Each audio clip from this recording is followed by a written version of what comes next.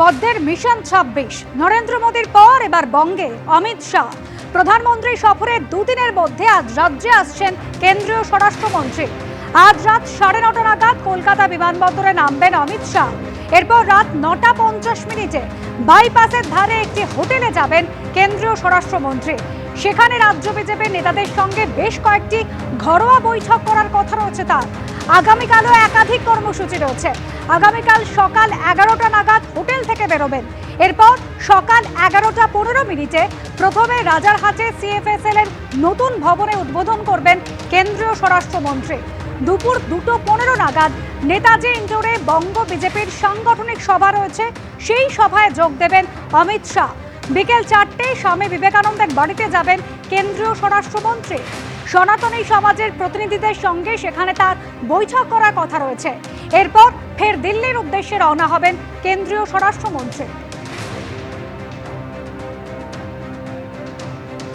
কর্মীদের মনোবল চাঙ্গা করতে আসছেন অমিত শাহ। দলীয় স্তরে বিভিন্ন মিটিং রয়েছে। দিলীপ ঘোষ দলের নেতা, ওনার বিষয়ে সিদ্ধান্ত নেওয়ার ক্ষমতা আমার নেই, সর্বভারতীয় স্তরে সিদ্ধান্ত নেওয়া হবে। অমিত শাহর বঙ্গ সফর প্রসঙ্গে মন্তব্য সুকান্ত মজুমদারের।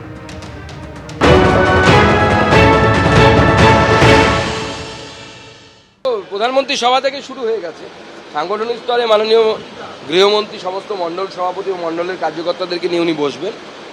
কর্মীদের মধ্যে উৎসাহে কর্মীরা ফুটছে এবং আমি পরিষ্কার আমার পার্টির নেতারা আমরা সবাই বলে দিয়েছি, বাংলার জনগণকেও এই বার্তাটা দিতে চাই।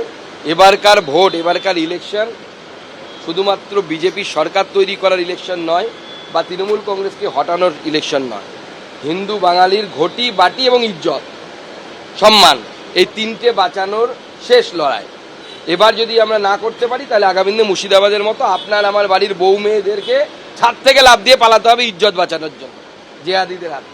দিলীপ দা আমাদের পার্টির নেতা, কিন্তু উনি সর্বভারতীয় সভাপতি পদে লাস্ট ছিলেন। অতএব ওনার বিষয়ে সিদ্ধান্ত নেওয়ার ক্ষমতা সুকান্ত মজুমদারের নেই। সর্বভারতীয় স্তরেই সমস্ত সিদ্ধান্ত হবে। আর এর আগে বিজেপি নেতা দিলীপ ঘোষ কি বলেছিলেন?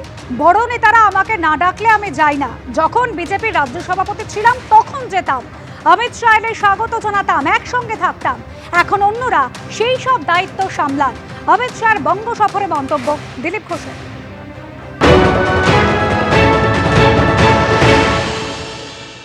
নেতাদের সঙ্গে না ডাকলে আমি যাই না। বড় নেতাদের মান সম্মান আছে, তো তারা যাদের ডাকেন তারা যায়।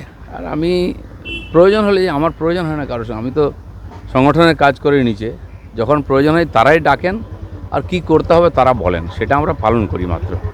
আগেই গেছি, যখন আমি প্রেসিডেন্ট ছিলাম স্বাগত করতাম, ওনার সঙ্গে থাকতাম। এখন অন্যরা সেই দায়িত্বটা সামলাচ্ছেন, আমরা কার্যকর্তাদের বৈঠকে থাকবো না। অভিমানের কী আছে? দেখুন, রাজনীতিতে একটা লোকেদের মধ্যে ট্রেন্ড আছে যে নেতার পেছনে পেছনে ঘোরা, কারণে অকারণে ১০০-২০০ লোক দাঁড়িয়ে থাকে সারাদিন, দেখাও করে না, কিছু না। তো এটা একটা কালচার হয়ে গেছে। আপনারা ভাবেন বলতে এটাই ঠিক। আর আমাদের পার্টিতে যে ডিসিপ্লিন আছে, যে বৈঠকে যে প্রোগ্রামে যেতে বলা হয় কর্মীরা সেখানেই যায়। কোন নেতারা কোথায় থাকবে সেটা পার্টি ঠিক করে, সেটাকে আমরা মেনে চলি, এটাকে আমরা ডিসিপ্লিন বলি।